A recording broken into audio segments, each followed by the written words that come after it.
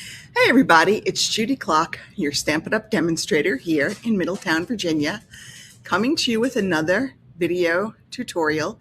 And today we're featuring a fun fold, what I like to call the front flap fun fold. Now, all of the measurements will be available on the inspiration sheet, which will be housed in my inspiration sheet library on my website. This is a special perk for anyone on my email list.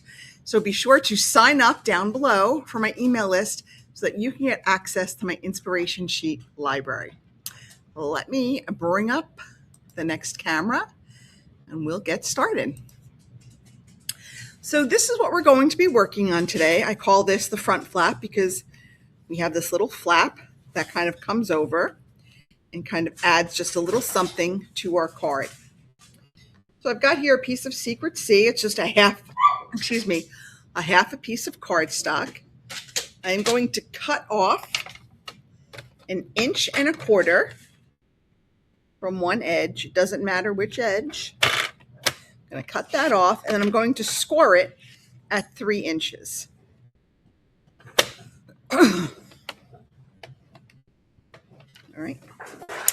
So now that shorter section, oops, I still need this. This shorter section is actually going to become our card front.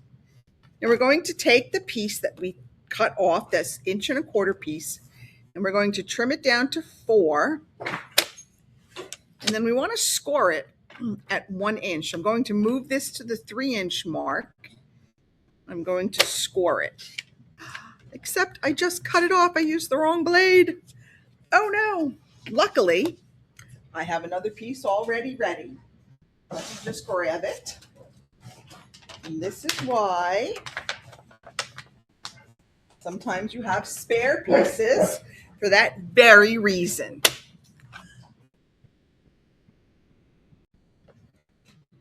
All right, so I've got my extra piece here. I trimmed it to 4. I'm going to move it to the 3-inch mark and we're going to score it right there so that we have a little 1-inch piece here that we're going to fold back. Now we're done with that. Okay, and this is what's going to create sort of like that arm for that front flap. So I have a piece of our basic white, and I'm going to use our Secret C ink. And the first thing I want to do is I'm going to use the January product of the month, which was Fabulous Sayings. I'm going to stamp Happy Birthday. And this is a rather large happy birthday. So I want to make sure I kind of put it as far to the left as I possibly can. And I want to make sure that when I put this over, this piece on, it's going to cover up that sentiment so you won't be able to see it when the card is closed. Then from our swirled designs, I've got this random like scatter dot image. And I am going to stamp this along that edge. And I don't really care if I go over my Y. Okay. And that's just going to add just a little bit of a fancy design to that piece of basic white that will be exposed. So that's just going to add a little bit of interest.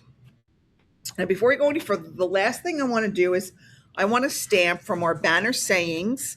I'm going to stamp 3 different sayings. And here's my little trick. I made a mask with just a piece of cardstock and the 3 banners punched. And I'm just going to put down the stamps that I want to use. I'm going to use Celebrate.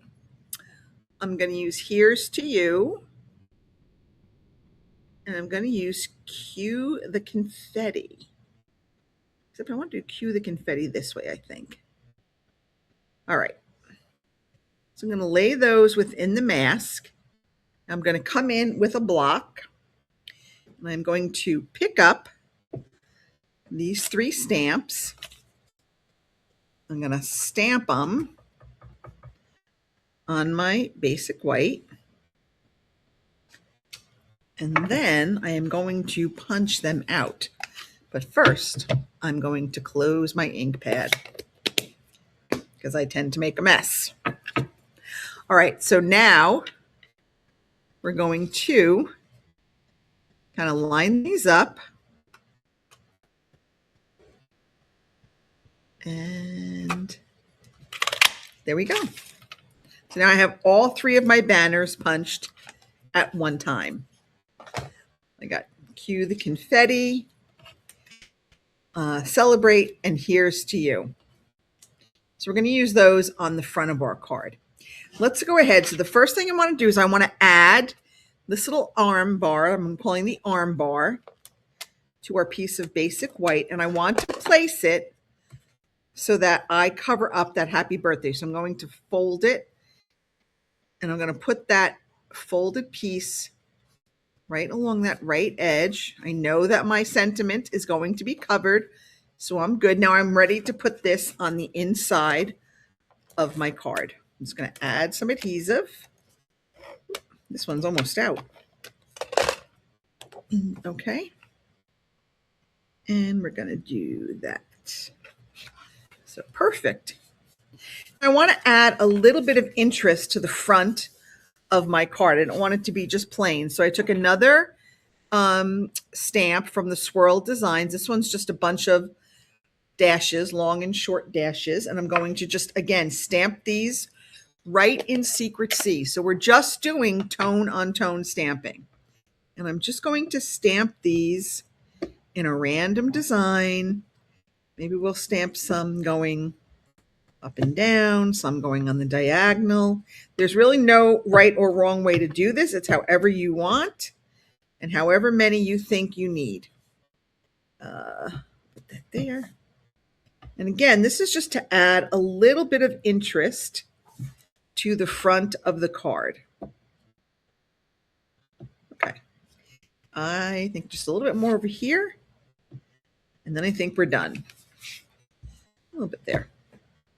Okay. I think we're done. I've just added just those random designs on there just to add a little bit of visual interest to the front of our card. Now I have a piece of our cloud cover here and a piece of the Nature Walk DSP, and I'm going to just kind of push that down with my bone folder if I can find one. I had like 3 of them over here. All right. So I'm going to add this piece of Designer Series paper to our piece of cloud cover. This is just a square. Okay. Then we're going to add this to our front piece. Now, I want it to be sort of half and half. So I'm going to put it there. I'm going to sort of put a little tiny mark with my bone folder and move this over just a little bit. Just to kind of, I know I don't want any dimensionals to go past that little mark. And I kind of gave myself a little bit extra room. So I'm just going to go ahead and add some dimensionals to here. Okay, I think 4 should do it. That should be enough. All right, let's take off the covers. Now remember, I put that little tiny mark there with my bone folder. So I know that this piece is going to come and it's going to go, make sure I cover up that little tick mark with the bone folder, which is right there. And there is, we've got that piece on. Now, this is the fun part. We're just going to go ahead and add these. And somewhere over here, I thought I had mini Stampin' Dimensionals. I did have a whole pad of them, but I don't know where they went to. I was using them the other day and I moved them. So I don't know where they went to. So we will just use some larger ones. These will fit, but the minis will actually be much, much better. Wish I could find my minis. Wouldn't you know it, I had a whole sheet of them over here. And I very rarely use the minis, but today, because I want them, you know I can't find them. Who has that craft room gremlin that comes in and moves everything just when you need it? You have it, and then 2 seconds later, you don't have it. That is the work of the craft room gremlin. They just sort of come in and just kind of take over everything and move everything. So, I mean, these fit, they do. I just prefer on this small banner, I prefer the minis, but the regular dimensionals will work fine. So it's all good. I have my chocolate lab down here with me today and our foster puppy, who was a 6-month-old black lab. He's very cute, Roscoe. I have a feeling he will be adopted in no time because he's very cute and very smart. All right, so I think I'm going to put Here's to You kind of in the middle. Let's do Cue the Confetti, and let's do Celebrate. So we've got our banners on our front, right? We've kind of just done a little bit of tone-on-tone decorating with that one design. We've got our happy birthday, and we've kind of added a little bit of visual interest to that right edge. So that is one version of what I'm calling the front flap fun fold or flip fold, whatever you want to call it. But that is one. Here's another one. I kind of did the same thing, but I stepped it up a little bit. I put another piece of the Secret Sea cardstock on there, and I embossed it with the lovely Stripes embossing folder and added just a little bit of linen thread. So we kind of took our basic card and stepped it up, and I put the happy birthday here instead of on the inside, and I didn't really decorate the right edge. So again, just another variation of the same fold. I don't know why this isn't laying flat. It should lay flat. Okay.